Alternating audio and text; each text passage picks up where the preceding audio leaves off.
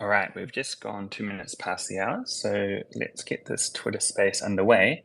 We did have a bit of a last minute change to the schedule. This community call was originally planned for later today. Not sure how many people will join, but we always have the recording on YouTube, of course. Our original guest or guests from SSV will be joining next week, and we may be back to the original plan time of later in the day with them. But what that does mean is we've got a freed up guest spot today, and we have then Grant, who's going to share for the first 30 or so minutes of this call a little bit about himself and his background.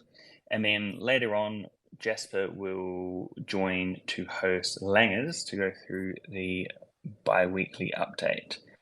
So let's get underway. Welcome, Grant, to the Twitter space. It's a bit of a rite of passage for new team members to join one of these community calls. I still remember my first space. I think it was probably just a matter of a couple of days after I joined.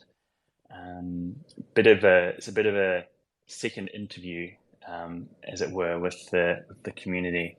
For me, it was a lot of when Binance and when marketing. At least some of that, I guess we can say we've accomplished. Hopefully not too much when BDing going on. But yeah, let's go through perhaps a bit of your background in crypto, just in very general terms to kick things off. Especially, I think, working for a crypto company, that makes things a little bit different. And then during a bear market too. I can speak, at least for myself, that moving from the corporate world was a little bit of a slippery slope. So, starting out with some kind of very general interest maybe a few years ago, and you suddenly realize that you've slid all the way down to the bottom, working for Rocket Pool. So let's start there. What were your kind of first? What was your first experience and exposure to the world of crypto?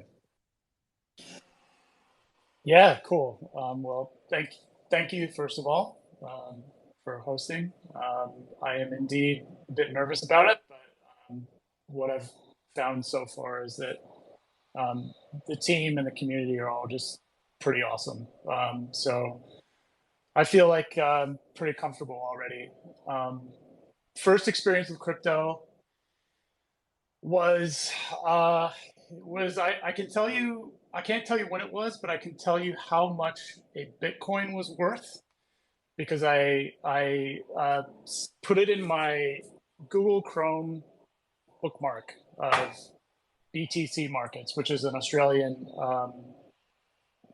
crypto exchange, and it's still there today, and it says $308.24. So I can probably go back and find out when Bitcoin was last worth $308.24 Australian dollars or 24 cents to tell you, but I think it was probably 2016.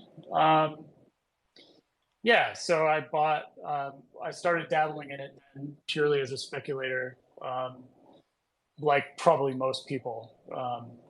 And then when it shot up, I think when it went up to about $3,000, I sold a good chunk of it. Was still kind of buying back in, but yeah, that was it for me. It's certainly earlier than me. I guess that works out to be maybe 200 and something USD for our American audience. So pretty early, all things considered. And of course, Bitcoin's pretty good as far as orange coins go, but there's one that we like more perhaps than Bitcoin, and that of course is RPL. They say that there's no second best, but I think maybe we have a pretty good contender. For me, to start off, my exposure to crypto was, as I said, a little bit later than yours, but certainly before I became involved with Rocket Pool. But for RPL itself, that was something that I only had exposure to after joining. And how about you? I think I heard that you may have been involved with the Rocket Pool ecosystem for a little while before you joined the team. Is that right? Yeah, so I didn't realize how long ago it was. It seems not that long ago, but I purchased 1,200 RPL for the price of one Ethereum coin back on 28th of January 2018. So for those who don't know, I've had a relationship with Dave for almost as long as I've lived in Australia. So just FYI, I've known about Rocket Pool for quite a while. I think at the time, I think he thought he was probably getting the better deal of that 1/8 for 1,200 Rocket Pool. But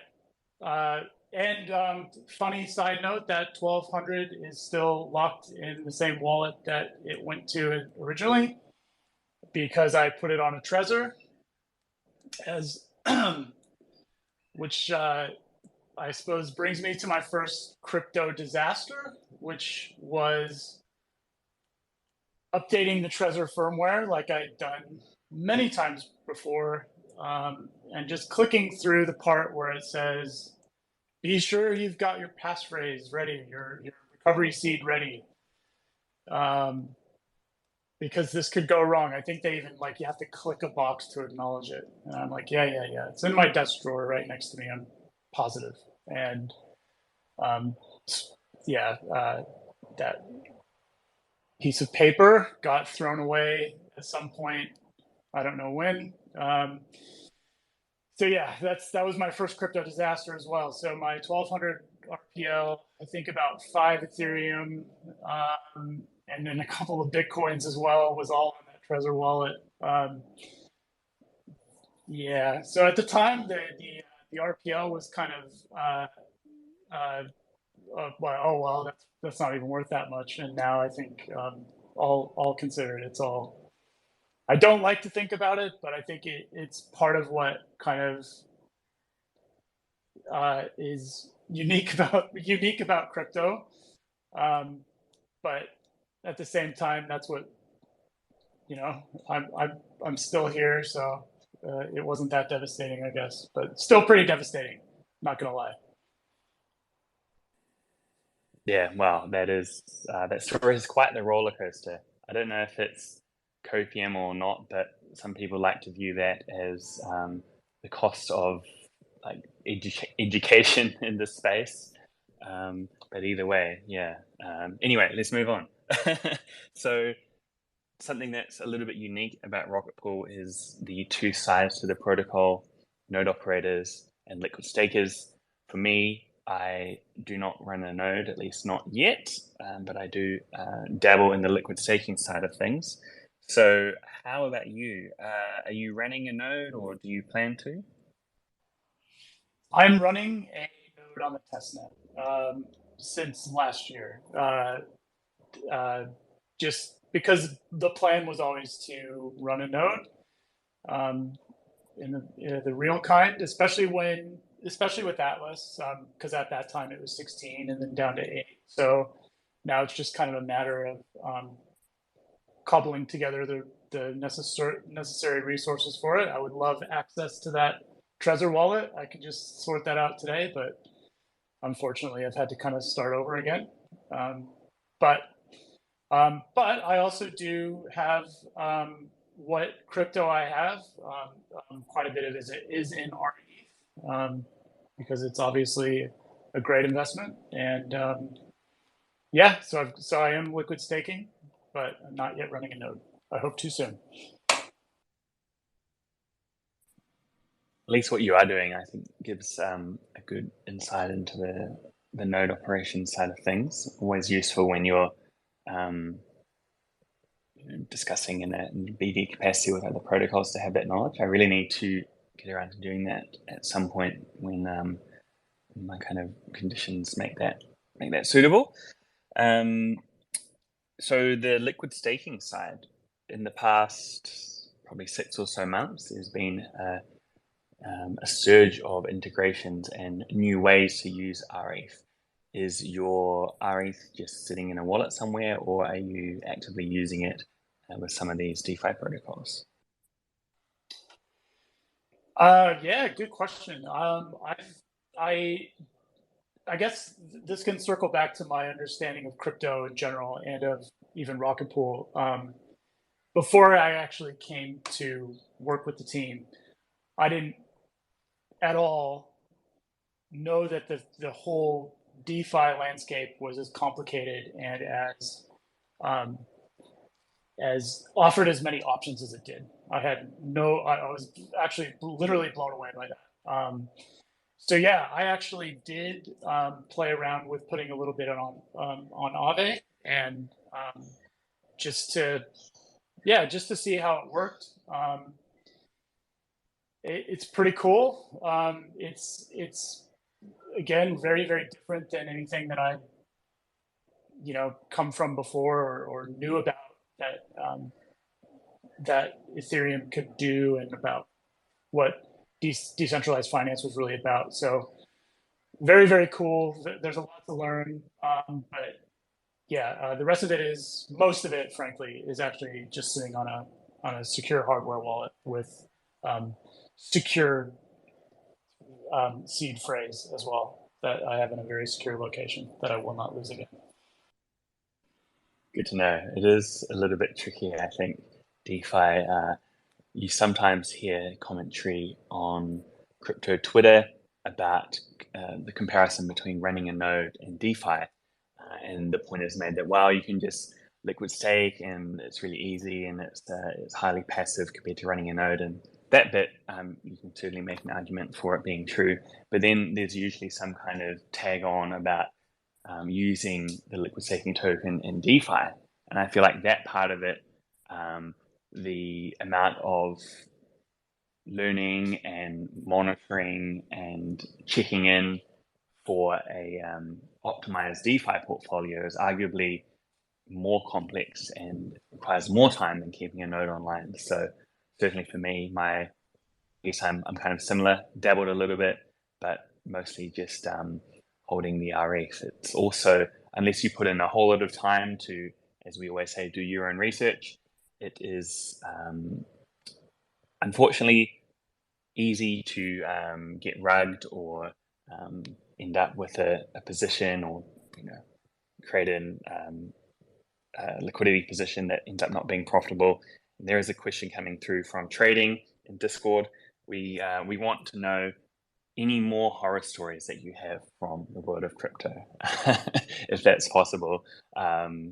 About That's not bad enough already. yeah, exactly. Uh, no, not that I can think of.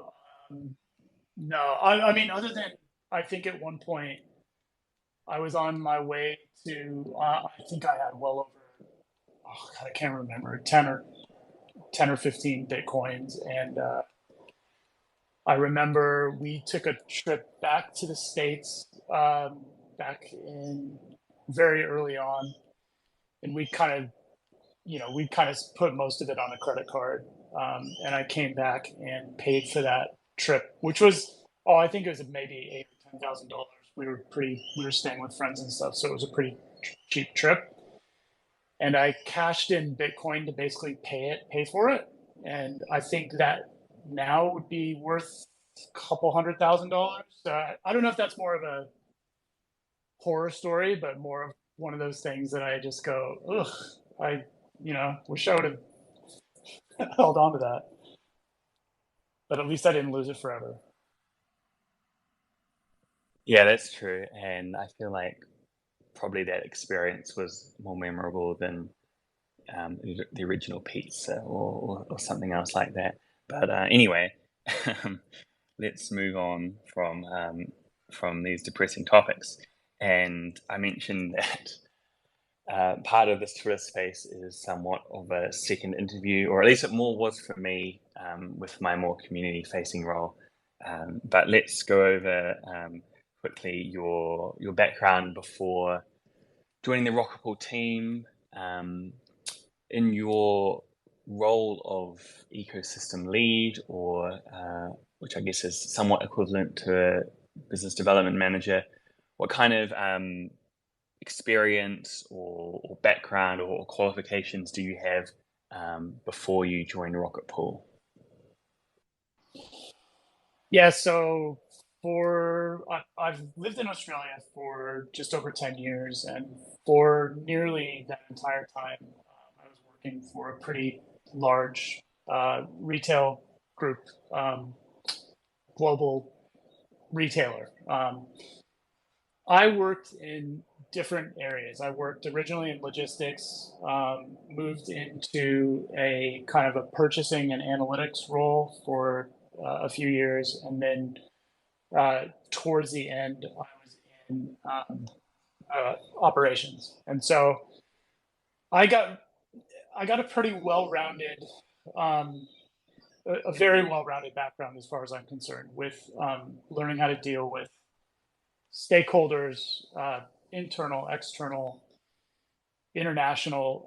Our the business, the home base of the business was located in Germany, so we and the national business was located in Sydney, and so it was quite a bit of kind of managing different relationships, both within the business, from suppliers, from logistics providers, and then in the latest role I had in operations was with um, uh, with some of our retail partners and things like that. So um, absolutely nothing that I did there had anything to do with cryptocurrency.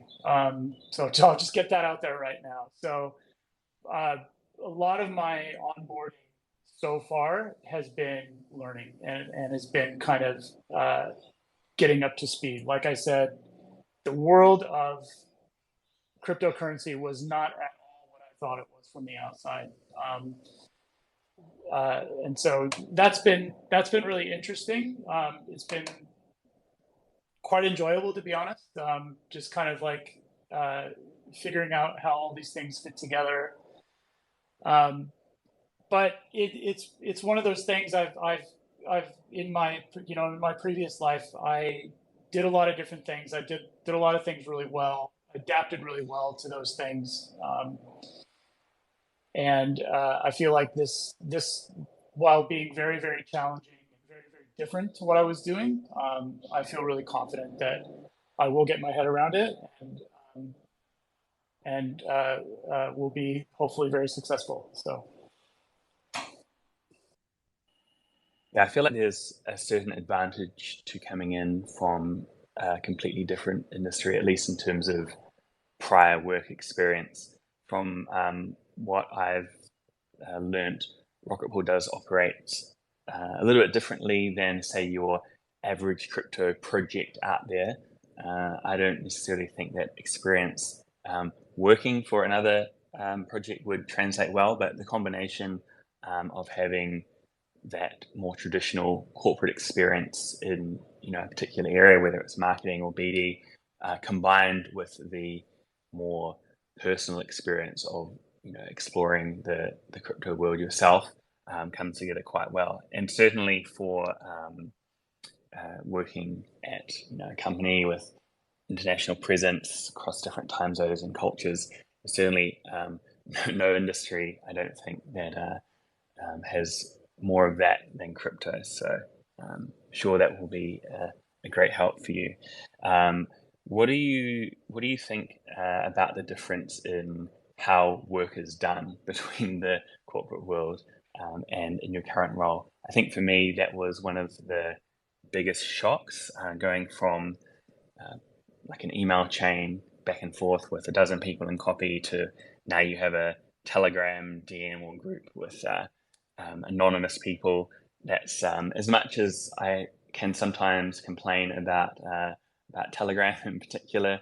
I have to say it would be probably a struggle for me to go back to the corporate world. What are your thoughts on that? Was that one of the biggest shocks to you? How are you finding that transition? Yeah, quite a bit different. We very large, giant corporation basically, and everything was basically in the Microsoft ecosystem. So it was Outlook, it was Teams, it was everybody had the same calendar. To yeah, going from that to this is quite a bit different. It is very interesting, but I mean, at the core of it, it is essentially the same. The different time zones is probably the biggest challenge. Kind of getting my head around that, and the different, I suppose, the different platforms that people use, whether it's Telegram or Discord or email or even meeting on Google Spaces or Whereby, Zoom, kind of or Twitter Spaces even. So kind of just getting used to all that has been, I wouldn't say a challenge, but it's been yeah, okay, a challenge, but I'm getting there. Certainly a very decentralized way of doing business, that's for sure. And some of that also reflects in the way that we work as a team in Rocket Pool. I think that was another big change from going to, I presume you were also in an office, or at least partially in that kind of corporate environment physically, to a small, very small remote team. And that, I think, isn't always something that people can transfer to well. I certainly love it. It's a change in the way you do things and the way you structure your day and manage your different tasks. I think it was Butter who originally said in trading, you leave your 9 to 5 and you end up working 24/7, but like in a good way, and that there's a whole lot of flexibility. Some people like it, some people might not. How are you feeling that? How are you finding that side of things? Are you liking this way of working, or there's some things from your kind of traditional background that you miss? The only thing I miss is my last role was pretty mobile. I worked a little bit from home, but did quite a bit of travel, which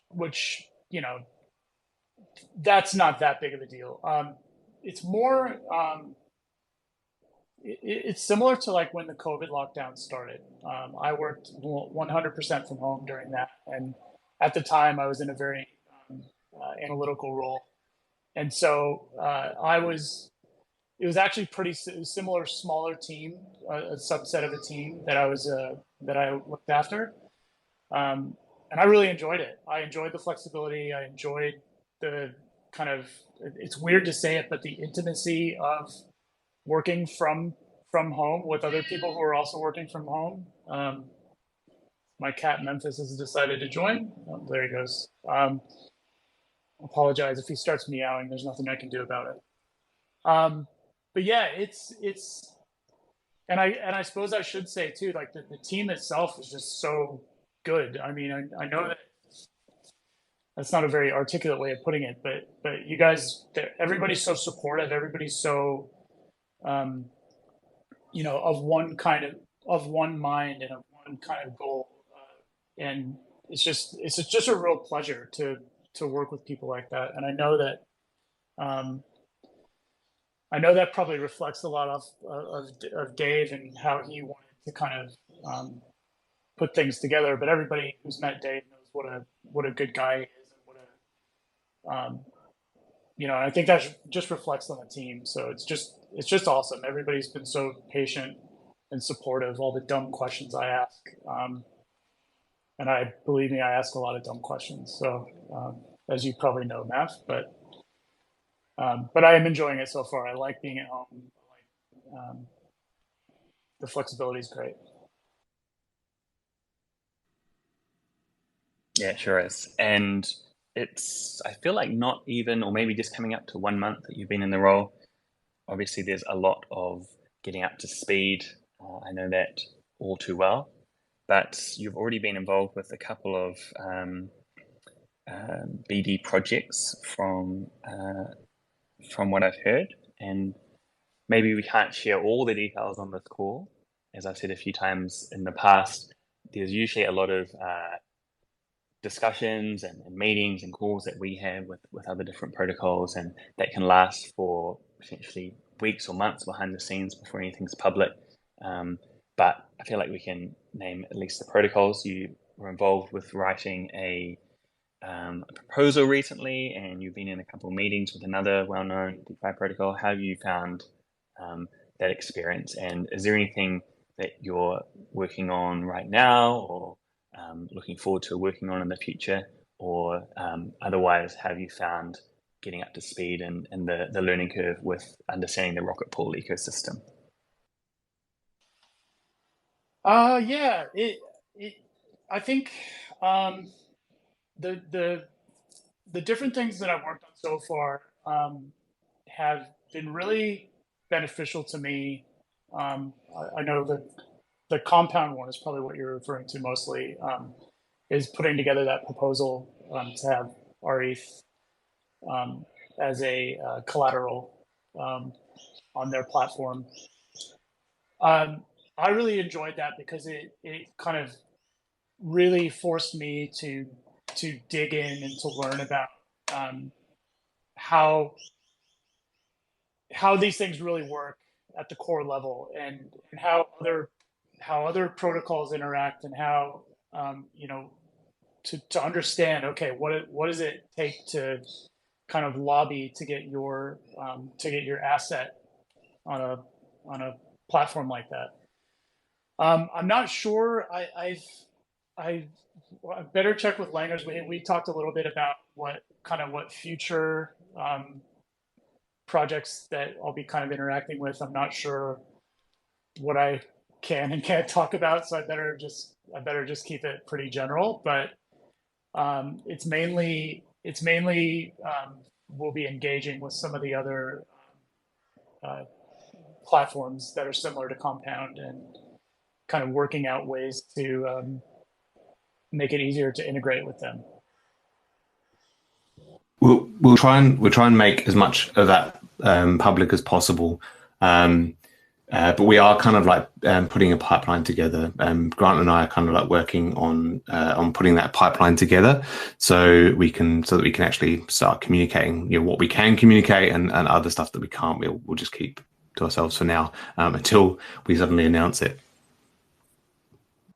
Yeah, I didn't want to come off as being like super secretive or anything. It's more just out of ignorance of like, I'm just not sure. So I don't think there's anything that I don't want to get anybody started with any kind of conspiracies or anything. I promise it's all just out of me not knowing. That's a good answer. Trading does love a good conspiracy, though. And speaking of trading, have you been lurking in the Discord match? There certainly is usually a lot going on in there. I heard if you spend enough time, you may get your very own custom emoji. Hopefully, if that does happen, it won't involve drinking beer out of a shoe like it was for me. Uh, Firstly, I've never done a shoey. I've lived in Australia for 10 years. I'm now an Australian citizen. I've never done one. I'm sure I'm well overdue for that. So, do what you do your worst with that. I have been lurking. I've been lurking in all of trading in general.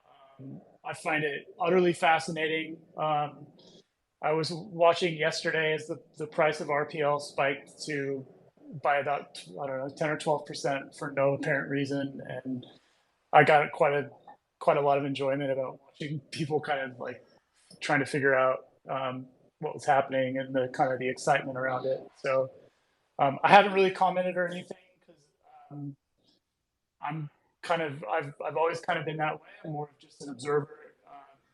I don't want to. It's more out of just caution. I don't want to say the wrong thing or um, get on anybody's bad side. But yeah, I do follow along. I also have been trying to keep up with every episode of Rocket Fuel.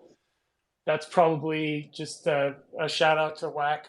That is the best YouTube show on YouTube, I think, especially for somebody coming from outside, a little bit from outside the ecosystem, to have that kind of distilled down information that is in such a succinct but also really useful way. I'm so grateful for that, and I just enjoy it. I try to watch every episode, so that's been that's been one of my favorite things about it. But yes, to answer your question, yes, I have been lurking, but I don't participate very much. Who would have thought that not only the Rocket Pool protocol can support a daily video, but that it would still be going months later? Pretty impressive from obviously both WAC and then also the amount of activity happening in the world of Rocket Pool. So we've got 2 or 3 more questions left before we cut over to Jasper hosting Langers for the biweekly. Another platform that facilitates a lot of work lurking is Twitter, or crypto Twitter in particular. And yes, I'm going to keep saying that name as long as I can. A lot of crypto BD, I feel like, has something to do with the Bird app in one way or another.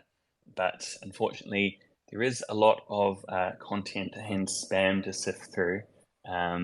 So is Twitter something that you spend a bit of time working on at all, or maybe plans to in the future once you're a little bit more up to speed? To answer the question, no, I'm not. I've had a Twitter account for, I don't know, 10, 15 years or however long it's been around. I actually got rid of it, I think last year or a couple years ago, because the only time I would ever use Twitter is when I would get an email saying my Twitter account, somebody's trying to hack it or whatever. That was my only interaction with Twitter. I don't really understand it. I'm gonna sound like an old man, but I just never really got my head around Twitter. But having said that, I am now exploring it and learning about its utility, and so yeah, I hope to start learning about it and being more engaged with it soon. But that did not come naturally. All good. It was a bit of a learning curve for me as well. And then if we're talking about business development in very general terms, do you have any thoughts on business development theory or techniques, or the way you like to approach things? Maybe it could be crypto specific, or something from your past work experience, or something you're looking forward to implementing. Any comments on any of that at all? Yeah, I think for me, it's relationships. Like everything, almost everything in life around that kind of thing, just you can distill it down to your relationship with the other person, and forming that relationship, maintaining that relationship, learning about people, learning about it's an old cliche. It's not what you know, it's who you know. So I've got a long way to go there. I'll fully admit there's aspects of this that are so new to me that I don't even know where to start. Thankfully, with your help, with Langer's help, it's a great way to get introductions into the ecosystem. But I also believe like knowing the core principles of Rocket Pool are really important. Like it to me, that's very comforting, knowing that at its core, like this is in crypto in general, there are a lot of people out there, probably the majority of people out there, either trying to just get rich or they're trying to screw somebody over. And the most comforting part of Rocket Pool is knowing the people at its core and knowing that these are good people. This is a good business to be aligned with. And so I like to think of myself as a good person. I like to think of myself as honest. I'm very straightforward. So I feel like those things just go hand in hand. So it's obviously learning about the relationships, learning about who I need to talk to about which direction we need to go. But ultimately, it's about integrity and maintaining those relationships. So I hope that answers your question. That kind of got away from me a little bit. No, for sure. I think the relationships point is it's mentioned quite a bit, but at the same time, it's absolutely true. And I don't think it's possible to kind of stress too much the importance of that. All right, so we are just about to cut over to the biweekly. Final question. Outside of crypto, anything else that you want to share with the audience about yourself, hobbies, interests? I've been told by some people that it is actually possible to have a life outside of crypto, and sometimes that's quite enjoyable. So I might try that one day. Sounds pretty neat. But how about you? Anything that you're willing to share with the audience in trading? Yeah, sure. I am a big Nintendo fan. I'm just about finished with the new Zelda. I don't want to finish it. It's too good. So I'm just like running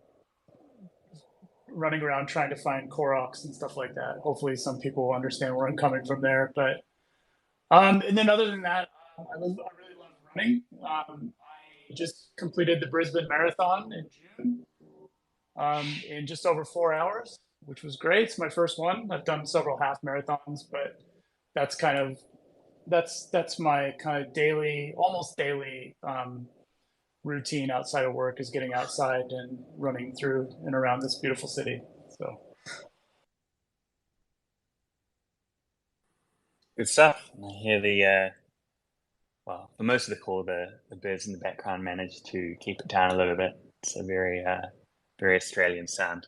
Okay, thanks, Grant, for spending some time with us and trading and going through all the questions. It's great to have you on, and maybe at some point in the future we can catch up and see how everything's going a couple months down the line. Jasper, you are ready to go? We've got Langers up here to chat about the biweekly. Yes, I am, and thank you both Mav and Grant for a wonderful introduction. That was a lovely conversation. Grant, good to hear a bit about your background and the things you've been working on. Was very happy to see that compound proposal out, and yeah, I'm looking forward to potentially working together in the future. That aside, I think we can move on to our bi-weekly update. So, Langers, how are you doing? I'm very well. How are you? Congratulations, by the way. Thank you. For those unaware, I recently started medical school and passed my first exam. But we're not here to talk about that. We are here to talk about Rocket Pool. And while I just passed my first exam, Rocket Pool is like in out of residency, attending a grizzled physician. Rocket Pool has been continuing to grow incredibly well despite the negative sentiment around the token and overall market dynamics. The rETH supply has continued to grow, although this past fortnight had a bit of a seesaw pattern as we saw the Nexus Mutual deposit as well as some substantial burns. So on the whole, rETH supply remained somewhat flat, but we still had a consistent mini pool and node operator growth, including recently passing 3,000 node operators. So any comments on how the resiliency of the protocol? Yeah, it's definitely been quite interesting. The protocol still kind of keeps growing. As you said, rETH supply. I'm reading trading at the same time. I shouldn't do that. No, I don't have a new mic.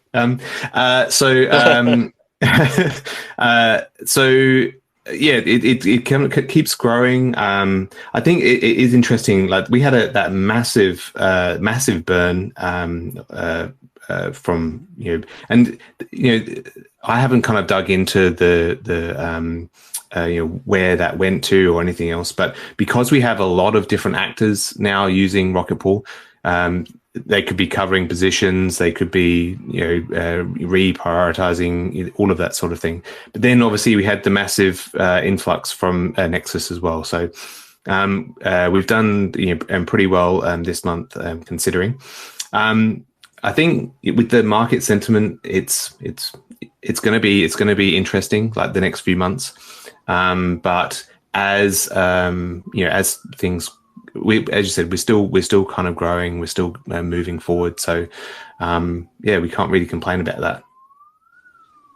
Absolutely. And one of the reasons why we have continued to grow is because the team has continued to build, especially on the smart node side of things, where version 1.10 has been made available, including the new experimental feature of opt-in rolling rewards, as well as a recommended update for anyone using Nethermind, Nimbus, Prism, or Teku.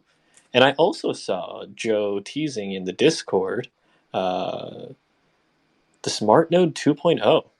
So could you tell us a little bit about rolling rewards and Smart Node version 2?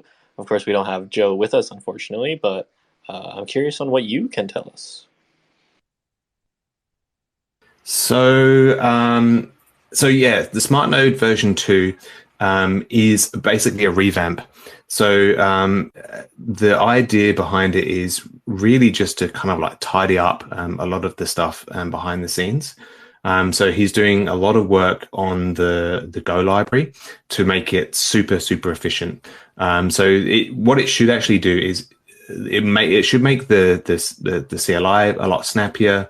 There's a few features in there. Now I'm trying to remember what the features are. There's a couple of features in there that are quite cool as well. But mainly it's kind of like a refactor of the underlying. That was right. It's currently we have like these two containers within the CLI called the API and the node container. We're aiming to kind of like get rid of the API container because we don't necessarily need it, and just bundle that into the node container. And Porpoise and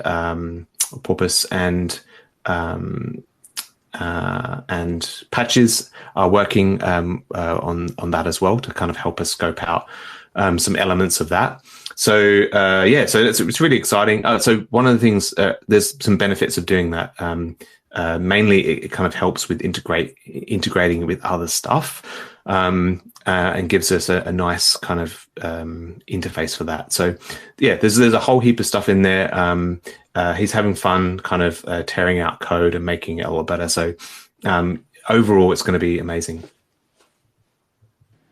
Those are some really awesome features. I think I remember Joe mentioning that users will also be able to batch transactions together and send them directly from the node itself, which is a pretty cool add-on. So it seems like just a huge quality of life overhaul, as well as on the coding side of things, making the whole system a bit easier. In particular, Joe mentioned that this whole container scenario situation would enable a web client or a web GUI to be developed in the future. Joe himself, I don't believe, wants to work on that. It's not necessarily in his wheelhouse, but just enabling that as a possibility is pretty cool. Yeah, that's exactly it. So it does give kind of options. Whether we want to do it or not, we probably won't. But having that option open for people to build on top of, that's kind of what we do as a protocol. You know what I mean? We try to build something that can be built on top of, rather than us doing absolutely everything. Yeah, try to be sort of unopinionated and base layery. That's right, exactly. And I think you get the best kind of growth that way. I mean, that's just how DAOs work as well. But we really do. You get a much better, broader experience that way. You get more collaborators, more contributors. Because one of the great things about Rocketpool, one of the things I love about Rocketpool, is the fact that it has this amazing ecosystem, and we wouldn't have that ecosystem if the team did everything. And so that's a benefit of that, I guess. I think me and Mav were on a call the other day, and we talked about how Rocketpool has permissionless business development. I think that really just extends throughout every layer of the stack. The permissionless ethos. I mean, we've seen brilliant tools built out by the community in terms of the rescue node, in terms of rocket splits. So, yeah, I think that philosophy has already paid dividends and will continue to. Moving on to research and development, a recent action by the team was to finalize the PDAO vote change. The ODAO charter implementation of reducing inflation to the ODAO from 15% to 8% and redirecting that to the PDAO. So could you give us just a brief overview of this whole process? Because this is something that, the community had originally started discussing well over a year ago, changing the RPL inflation, and now here we are with it actually executed on chain, which to begin with is a huge accomplishment. We had the Oracle DAO essentially vote in a massive pay cut for themselves, which is in some sense unheard of in the space. Yeah, it certainly is. And I mean, so it was a very lengthy kind of process, and I would say hats off to Valdorf in particular for kind of like driving it. I mean, there's a lot of people who were actually involved in kind of like the initial drafting and that sort of thing, or quite a few people were involved in the initial drafting. But really, kind of Valdorf has done a lot of the driving of that approach. So it started out obviously with there was a lot of discussion within the community, as everyone knows. So in terms of what that should be, we got together when the rocket scientists joined the ODAO. We definitely kicked off the discussion in terms of how we would get that moving. Particularly from an ODAO charter perspective, obviously you need the ODAO involved in the charter drafting. So we put that out there, got people interested in helping us draft it. Went through and drafted it with Valdorf. The inflation changes and all of that sort of thing. Again, we went through and did like the initial kind of like drafting, but then put it out to the rest of the ODAO for comment and review and all of this sort of thing. And then once we'd kind of done all of that, it's really just a case of making everything public, because it had to kind of like stay within the ODAO initially, just so that people can have those conversations and in full spirit. And then once that was out, it kind of like it moved, I guess, quite slowly, but quite painlessly. Actually, the ODAO had no major concerns really about the reduction, and so it kind of went through pretty smoothly. We were quite conscious of like kind of ODAO shock, kind of making sure that the process of the reduction was kind of like a graduated thing. Well, it's ended up being like a kind of a big drop, kind of almost like a half drop, and then a quite a steady drop over, I think it's 18 months or 2 years or something like that, to 1.5%. So. But no, the ODAO didn't really have any great things about it. I think, to be honest, it's mainly because like the ODAO really do want Rocket Pool to succeed. They're all kind of organizations. They all have kind of brands and that want to be associated with Rocket Pool, and also not only that, they are well respected because they are in this ecosystem. They're in the staking ecosystem or in Ethereum. They want Ethereum to do well. They want staking to do well. And so that's kind of like helped that situation. That's lubricated that situation. So yeah, no, it's been really good. The ODAO officially, obviously most of the governance stuff happens through Snapshot, but the ODAO actually voted in a different way with the nodes, with their ODAO nodes, so that we can, formally approve that, ratify the ODAO charter, and so that's all gone through, and it went really well. I highly recommend anyone who hasn't yet to go check out the ODAO charter. It is a phenomenal piece of writing, largely again the work of Val, and it really outlines some core principles that are important to Rocket Pool as it moves forward. And it's interesting that you mentioned the ODAO's sort of internal on-chain voting mechanism, as that's also been a pretty major topic lately. Kane put out his research repo on sort of like theorizing how the on-chain voting system could work, and I'm curious how the progress has been on that. Kane has been a very busy bunny recently.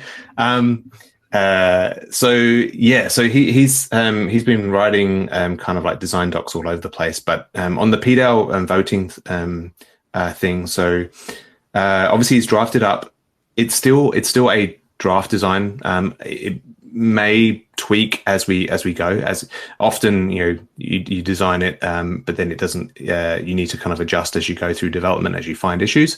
But he's definitely working through that at the moment. He's got like a happy path through the code kind of working. So he's actually kind of like developing it out now and writing tests and doing that sort of thing. There's a lot of work in that PDAO voting stuff, so it's still going to be a little while off before he's actually finished. There's kind of like a difference between kind of prototyping something out and then actually making it production ready. So he's going to be working on that for a good couple of weeks. But yeah, he's working on that now. It's really exciting. It does mean that the PDAO will kind of have that kind of on-chain power now, which is fantastic. That means that we, as the team, won't be the executor of those transactions. So that's also fantastic. And from our perspective, we'd much prefer the PDAO can kind of control that. And so that's working on, that's going to be going through.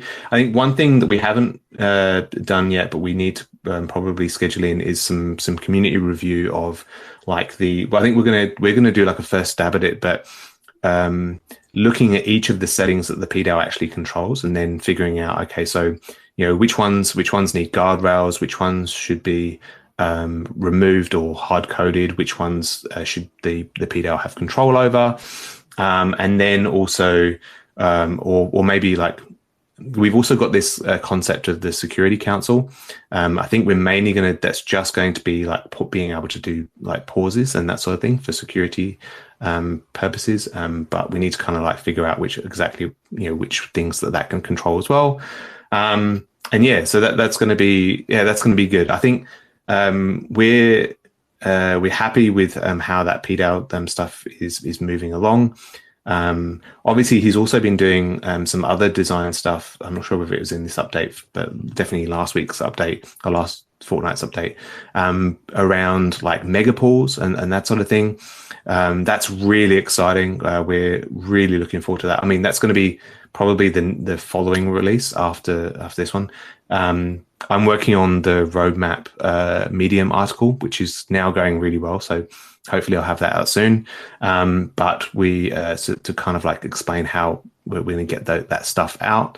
But yeah, no, it's really exciting. We're really looking the stuff that we've got in this roadmap, or with megapools and the PDAO voting, and a lot of the stuff that Nosha was working on in terms of the replacing the ODAO duties with kind of node operator based kind of like trustless ones instead of the ODAO ones is really exciting, and I'm really looking forward to it. The history of Rocket Pool has kind of been this like similar to how the deposit pool works, this the seesawing balance. At some points, just like the deposit pool might be overbalanced. When the protocol launched, the focus of the team appeared to be mostly around scaling. As scaling sort of developed, as the deposit pool stayed full, we sort of see like a swing side to the other side, where in terms of the deposit pool, it would become empty and we might see a mini pool queue. In terms of development, it it'll shift from scaling into the decentralization of things. And it's, I think, a natural balance wherein when the protocol launched, the community really was in a fervor for scale and growing the protocol. And now that we've reached, like a respectable plateau wherein we have steady growth, the other sort of finer details can come back into focus. And so I remember there was some discussion about what the name for this next upgrade might be, and Houston seems very fitting. Houston being referring to the command central and sort of preparation for the flight into space, which megapools really might be. Yeah, because I think the following one after is Saturn, which obviously is a pretty big rocket. So yeah, I think those. Yeah, I think the names are great. Actually, I think we've ended up in a really good spot. I think if success is dictated by the names of your releases, we're good. Yeah, big things to live up to. But yeah, still moving forward into R&D. This is actually a topic that I fielded a question earlier today on Twitter about, and that is, what's the status of the rETH reward calculator? I not even an hour ago, actually, someone in the Discord was asking about ways to look at rETH APR with good UI. So yeah, this is something that's a bit surprisingly very in demand. So what is the status? Okay, so I can't remember how it came about. Actually, I think we were talking to MetaMask and about the kind of like rETH reward calculation, and then there was discussion within the community about like an rETH reward calculator as well. And I was talking to Val about it, and so those kind of like two things collided, and then I got kind of like Nick working on, okay, so we need to kind of figure out the data side of things, where is this information going to come from? Because it's actually a little bit it's non-trivial, I guess, from a data perspective. And one of the things was that the subgraph didn't, I think it had been updated, but we needed some extra bits in there to figure out the reward calculation. And actually, the community, when they defined the reward calculator stuff, actually had like a model of how we could do it. So we went through that model, and it looks pretty good. So we're kind of basing that on the community kind of feedback for the rETH calculator. So the idea was to get the kind of like data side kind of sorted out. But to be honest, to be able to do that data side, we almost need to create a UI anyway, to kind of like test it out. So that's what Nick's doing as well, is kind of like creating like a UI to have that to test out the rETH calculator. I think we're going to have like, we're mainly going to work on updating the subgraph with the information that it needs. We're working with Derek on that, and then we're also kind of hooking up with MetaMask, because they're interested in getting that same information as well to show the same information within MetaMask. So that's kind of what's going on essentially. It's pretty interesting, if you compare the rETH APR across the different reporting sites, you get different answers everywhere pretty much.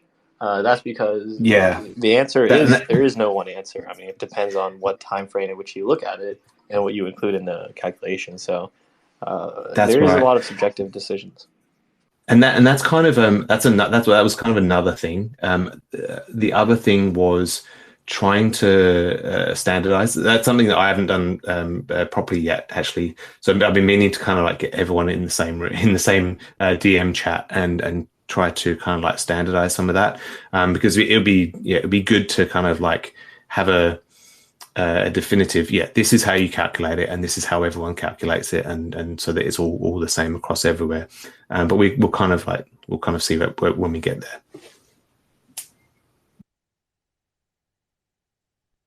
So continuing on, I'm guessing that the rETH reward calculator is being sort of subsumed in the broader website redesign, so they'll probably come out around together, or is the rETH reward calculator a standalone tool? No, it's a standalone at the moment, so it could. We're kind of working on them in tandem, but they're not linked necessarily, so they can go out individually or independently. Cool. I believe. So, I believe. I'll double check that with Nick. That's me saying stuff without checking with Nick. But I believe they're independent. Got it. Yeah, I mean, if they were independent, that'd be awesome. As getting a nice UI for people to look at is honestly pretty important in retaining users. But moving on, the world of governance has been quite busy. While Kane has been working on figuring out on-chain governance, the governance people themselves have been busy as ants. So, RPIP 26 is currently up for vote on Snapshot. This includes a few different administrative changes to the GMC, including the elimination of a retrospective reward cap, changing the cycles from quarterly to monthly, and establishing a GMC administrator position, which is currently being tentatively occupied by Schifrin, quite amazingly, I might add. So yeah, this is a pretty big vote, as it'll make the GMC much more flexible and efficient in their operations. Yeah, I think that's awesome.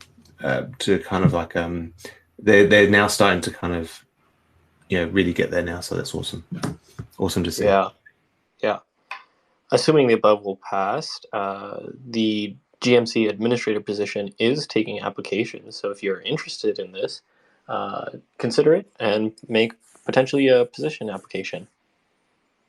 The latest GMC treasurer update is also now available, including the size of reserves and payments going out. Additionally, it might be important to note that there was a membership change in the GMC. Unfortunately, Kevster.eth had to withdraw from the GMC due to personal issues. They will be replaced by Anisoptera, who's a regular Discord trading shitposter and a very kind and thoughtful person. So I'm sad to see Kevster go, but they will be replaced by someone who is definitely deserving of the position and will, I think, bring a lot of value to the GMC. Kevster has been an OG member of the community, so I'm sure they will still be around in some capacity. Yeah, I miss Kevster. Mm-hmm. So an interesting and not contentious but very important conversation was had regarding the GMC and the ODAO change, and that is, how should the protocol team be funded into the future? This is a tricky topic because on one side, the protocol team obviously does not want to be beholden to a group of semi-anonymous individuals on the internet, but at the same time, diversifying the funding to the PDAO sort of is a good step forward in decentralization, especially if it's done in a agreeable way. So, do you have any thoughts on this subject overall? Yeah, I mean the post actually deserves a kind of a reply from us as well. So, which is actually on my list of things to do today. So we've obviously been chatting quite extensively on this during the ODAO drafting of the inflation changes, but also kind of like after that as well in the public kind of like threads. I think one of the key things actually is it's not necessarily actually being beholden to random internet people, although that probably does make me sweat slightly, because I think we are anyway. But it's actually more the kind of like being able to have independent thought. So one thing that is quite powerful from the team perspective is us being able to have an opinion that is or sorry, having that kind of slight independence from the community as well, because it does mean that we can kind of focus on priorities, quickly. We can have that independence, basically. They're the kind of main reasons for some of those the items in there.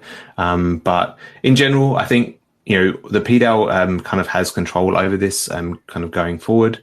It just means that I think there's just kind of like a framework in there for how the team and the PDAO interact, essentially. Yeah, I think this conversation has been progressing well, and there's a lot of level-headed conversation because at the end of the day, everyone wants the same thing, which is a equitable and decentralized system that maximizes the growth of the protocol, and sort of just figuring out how we get from A to B. So the final topic today from governance is that WAC has just informed me that the most recent period of grants has just been sent out. This is a pretty thorough grant round, and some pretty exciting stuff was included in it. I believe there were some tools, including a watchtower extension that would monitor for MEV theft that Val proposed. That's pretty exciting. And I believe, I don't recall, I think it might have been Dr. Doofus who did the Rocket Pool University educational program. So we always love to see more educational things being financed. Sleety has received continuous funding along with WAC. So yeah, just overall a great grants round, and I'm looking forward to seeing the results of it. Yeah, it's awesome, and I think this is why it works so well, because it means that the community can, I guess, scratch their own itch, and kind of, and kind of, not necessarily, and have those contributors. I think one of the things is to have as many contributors contributing to Rocket Pool as possible, so that our ecosystem is the biggest ecosystem that you can find. Similar to like Ethereum. With Ethereum, if you've got people working on Ethereum, then the more people that are on Ethereum, the better. Similar thing with Rocket Pool in terms of having contributors. The more value that we can, the more value the protocol actually has from all of those contributors, and vice versa as well. I'm hoping that Rocket Pool is giving them value as well. We hope so. By intrinsic and extrinsic. Yeah. Yeah, I think the analogy to Ethereum itself is perfect. It's a system designed for maximum permissionless participation, and that just begets further participation. So moving on to integrations, we've got a ton to go over. So our friendly neighbors over at Gravita, they are a liquidity fork with some modifications. The rETH token continues to be very popular within Gravita, as the debt ceiling has been continuously hit again and again for minting Grai. So if you have rETH and you want to go, do some DeFi shenanigans, one option you have available for you is to mint Grai. Well, I should say one option you had available, given that the cap, I believe, has been hit again. So yeah, be on the lookout for Grai. They continue to grow incredibly well and are majorly backed by rETH, which we of course love to see. Gravita again was a sort of community homegrown team, so they do have close ties with our community. Sounds like that rETH cap might be raised in the not too distant future as well. And yeah, it's good to see a case of rETH being the primary liquid staking token used in the protocol. Yeah, I wonder if we'll see the Gravita team announce the cap increase to the Rocket Pool Discord before their own Discord again. That was pretty funny to see last time. This one is a bit out of left field. UMI protocol is proposing to add rETH as collateral, which would make it one of the first LSTs available in the Cosmos ecosystem. Now, I am familiar with some Cosmos program dApps that would use rETH on mainnet. However, I don't know of any Cosmos application that actually bridges and holds the LST on Cosmos. So seeing that is pretty cool. Getting some rETH liquidity across the entire crypto ecosystem, not just the EVM compatible components of it. Darren, do you have any thoughts on sort of the wider and wider spread of rETH as it really bridges into every type of blockchain? Yeah, I mean, I think so. We've always kind of said that for rETH to be successful, for rETH to be successful, it has to be accessible and it has great utility. And being on L2s in particular, or roll ups in even more particular, but on L2s in general means that it is accessible. It is kind of like ideally cheaper to get hold of depending on the market price. And also that's from the accessibility perspective, but then also, each of those ecosystems are, developing very, very quickly. They all are slightly different with some of the same players that you see on different chains, but Aave is pretty much everywhere and that sort of thing. But but there are actually a lot of different new players on those chains as well. So it's good to have that utility for rETH and to drive the drive kind of its use and adoption. So we'll see more and more of that. I mean, we're already there's loads of discussions with L2s. Like there seems to be a new L2 so every many. week. It is L2 summer. Or is it? It's you're still your summer, isn't it? It is, yeah. Yeah, still your summer, yeah. So it's definitely an L2 explosion. And yeah, I mean, it doesn't affect the technical. There's a slight technical thing that we do, but it's not a big footprint, so we can kind of like manage that. But yeah, I like the explosion in L2s are definitely interesting. Yeah, and we talked to a lot of them, but yeah, it's good. Yeah, it's especially awesome to see, given that these L2s are just so much cheaper and more accessible to the average user than mainnet, where honestly, if you are poorly timed with your rETH mint, you might lose the entire yield for a year in that one transaction if you're a small player. Whereas on Optimism, for example, you can buy rETH for 5 to 15 cents. And that buying rETH on a DEX like that gives you just the same rights, staking rights, as minting it. So really, these L2s and even Cosmos and L3s to come in the future are going to greatly expand the total addressable market for rETH. And speaking of L2s, Chainlink launched their price feed for rETH on Optimism. And just like how it happened on mainnet, once Chainlink launches the Oracle for a liquid staking token, and a flood of protocols announce their integrations. First of which being Mean Finance. I believe Mean Finance is a money market, but don't quote me on that. But they were the first to enable rETH trading following the Chainlink Oracle. I'm expecting that we will see, just a torrent of these integrations on Optimism in following this Chainlink Oracle. I can't remember. I don't know whether it was Arbitrum or Optimism. I think there might be a proposal for Aave.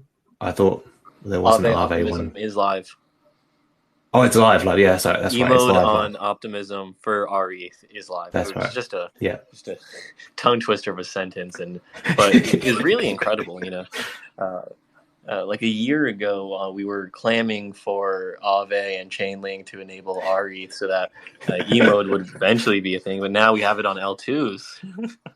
Yeah, even on L2s, I know. It's crazy, isn't it?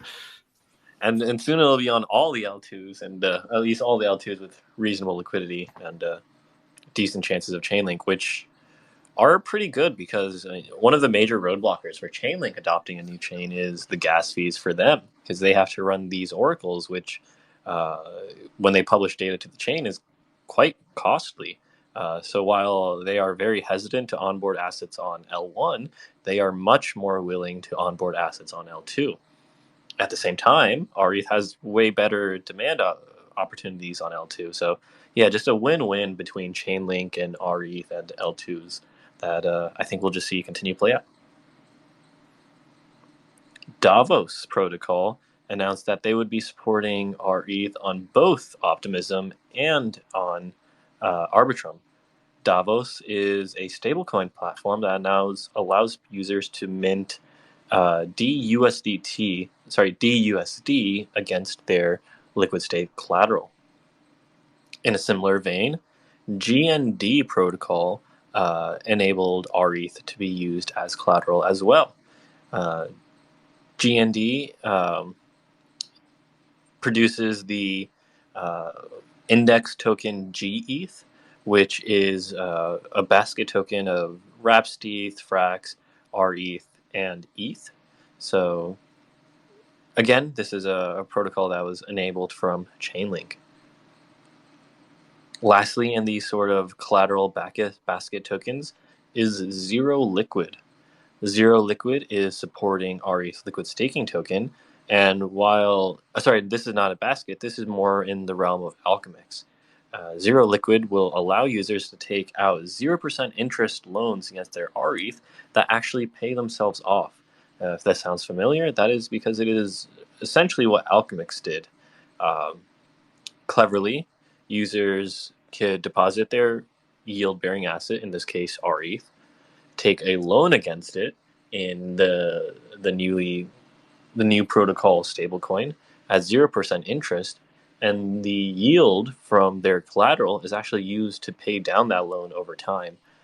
This was one of the things that first blew my mind in DeFi, and I think it was underexplored in Alchemix, and unfortunately due to their exploit, it's unclear how Alchemix will continue. So I'm glad to see more experiments in this vein.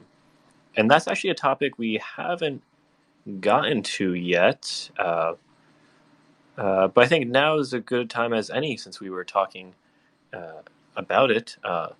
This past fortnight saw the exploit of the Curve protocol, 3 major pools, none of which involved rETH.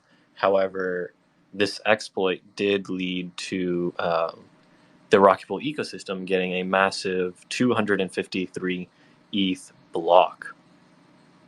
So I'm curious, how has the team received this major smoothing pool block? And there was a few people asking on Twitter about the potential for a refund. Technically, this is impossible, but I'm also curious how the team views MEV and refunds in the Rocket Pool ecosystem. Yeah, it is it is impossible. Yeah, I mean, I must admit, at first I was kind of excited that for the smoothing pool for getting a big block, and then realized where it came from. So not so excited. So unfortunately, that is kind of like, it's not Ethereum today. But it is part of Ethereum today. Yeah, it is a kind of like an unfortunate thing, but unfortunately that is the way that it works today. I'm definitely looking forward. I think as I think you've kind of mentioned on Twitter as well, but I am kind of looking forward to MEV burn, if I'm honest, because even though our yields might be affected, it gets rid of the having any weight on your mind. So yeah, that's kind of that's it for us, man. There's not much we can kind of like say about that, to be honest. Yeah, that's sort of the same position I came to. It's really sucks that it happened, but it's better that the funds went to the Rocket Pool smoothing pool than it going to black hats. And of course, due to the smart contract nature, they cannot be returned to the affected victims. It is going to be very interesting to hear what Justin Drake has in store for MEV burn, but that is still a little while away. Index Coop has recently been engaging with our community to get some feedback on the design for their soon-to-launch ICrETH token. This token will be a little pre-packaged, leveraged rETH position. So as we were mentioning earlier, we will be having, we have rETH on Aave, on Optimism. Now we have Aave at home. The sort of not quite as efficient, but much more simple to use design might be pretty appealing for people who want the higher risk of leverage, but don't want to be micromanaging a health factor. We all saw Mitch in the past 2 days frantically managing his health cap factor across the ecosystem. That can be pretty stressful. And so Index Coop is aiming to sort of just alleviate all that into a simple token. So yeah, if you are interested in leaving some feedback, you can check out some Discord polls to do so. Yeah, there was some pretty good engagement so far. Seemed to be a lot of support for a rocket design similar to RPL, and also with the touch of orange in there. The polls are posted in trading. If you search for Index Coop, you might be able to pull them up. But an easier way is the, I think, the most recent announcement under the protocol announcements channel, and maybe a couple back. There were 2 polls, first for the design and second for the color.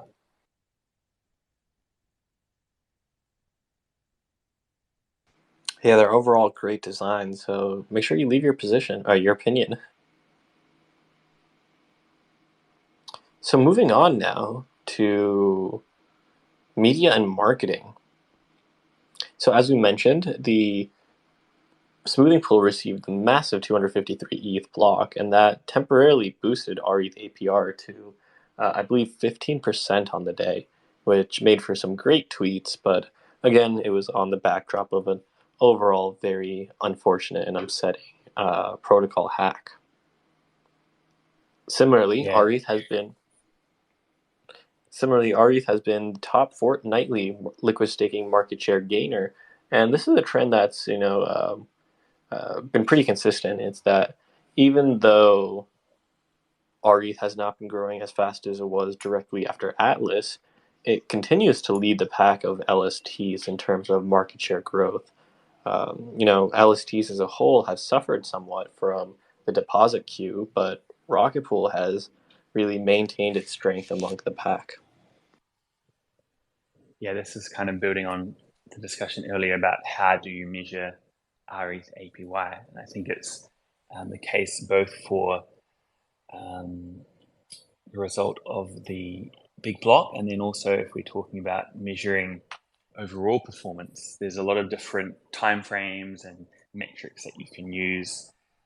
Things like amount of the liquid staking token that is being minted, amount of ETH that is staked, or a percentage of that, or a market share. And it can be very easy to manipulate statistics either knowingly or unknowingly, and it can also be a little bit difficult to kind of compare across different assessments of what's happening in the ecosystem. So yeah, in this case, there was a comparison across a 2-week period for market share, and market share is usually a good way to look at things when you have large protocols taking on a large amount of ETH. That can look pretty good until you notice that it's a relatively small percentage. And similarly with a new protocol, even a small amount of growth in terms of ETH staked can create some pretty high growth rates that obviously wouldn't necessarily be maintained longer term. So market share is usually a good way of looking at things, and 2-week window as well. That's usually better than short-term day-to-day movements or larger time windows, which might cross over kind of different cycles in the market, which can move pretty quickly. But yeah, good to see some content getting out about the RE performance lately. Yeah, that was part of a write-up by Thor Hartvigsen. I'm totally butchering that, but they have a great Twitter page, and they have more writing about RPL there, so would recommend it.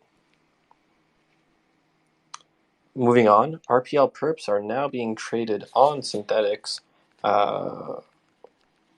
which is, I believe, the first time you can do that for RPL on mainnet. So if you want to go long or short, you can do that now on Synthetics.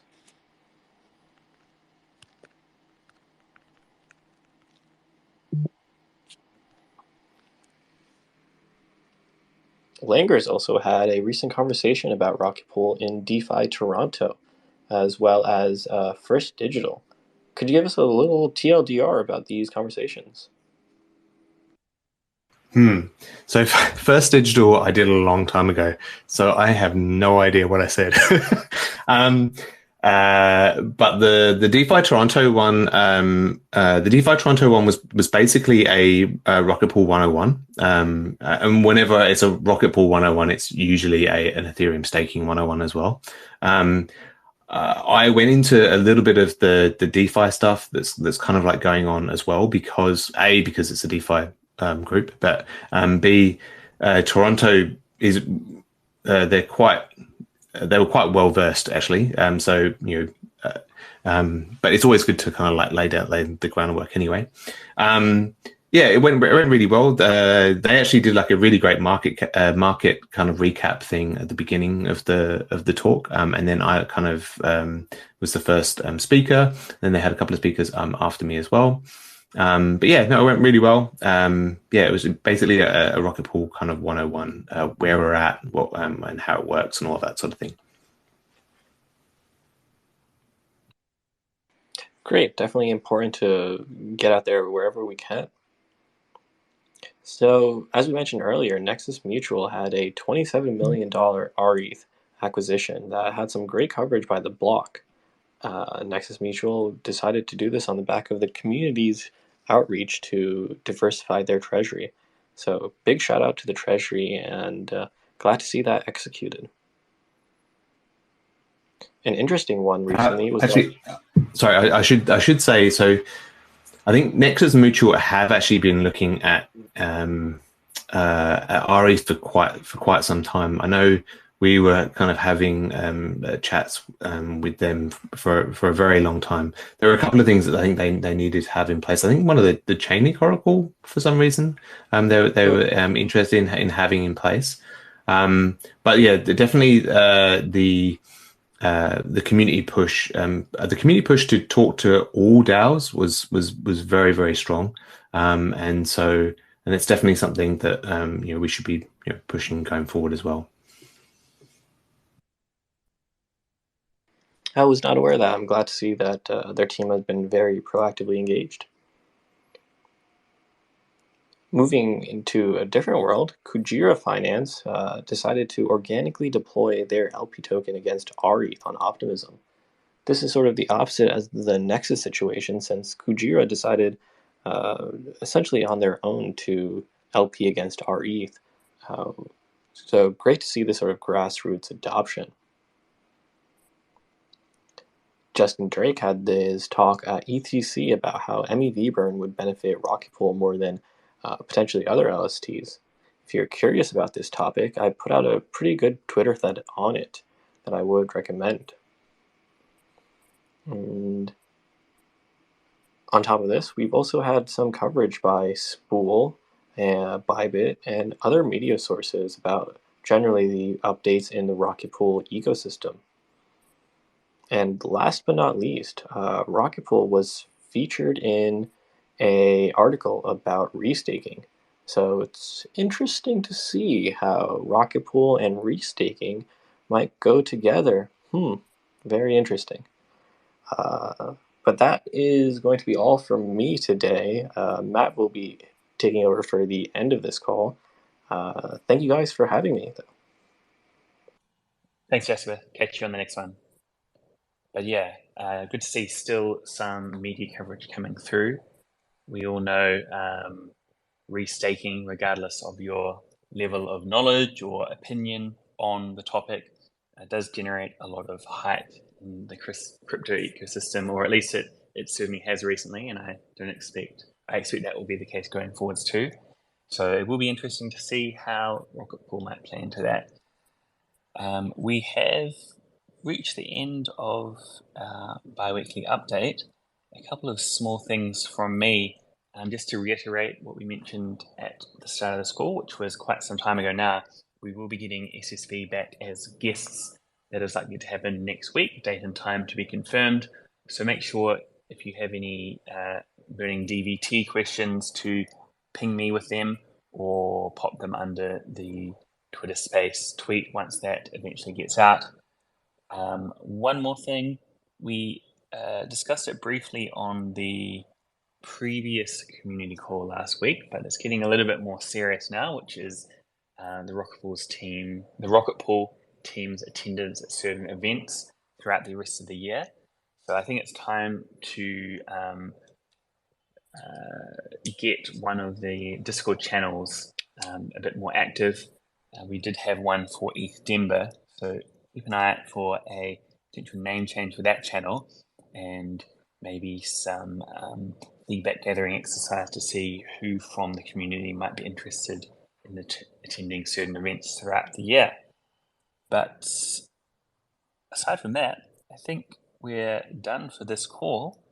Thanks, of course, to Grant, who was our guest at short notice earlier on, sharing a bit about his background and his time with Rocket Pool. And thanks, of course, to Langers and Jasper chatting through the bi-weekly. As usual, this call will be made available on the YouTube channel if you want to catch up. And we will see you on the next one. Cheers, everybody. Thanks, Grant.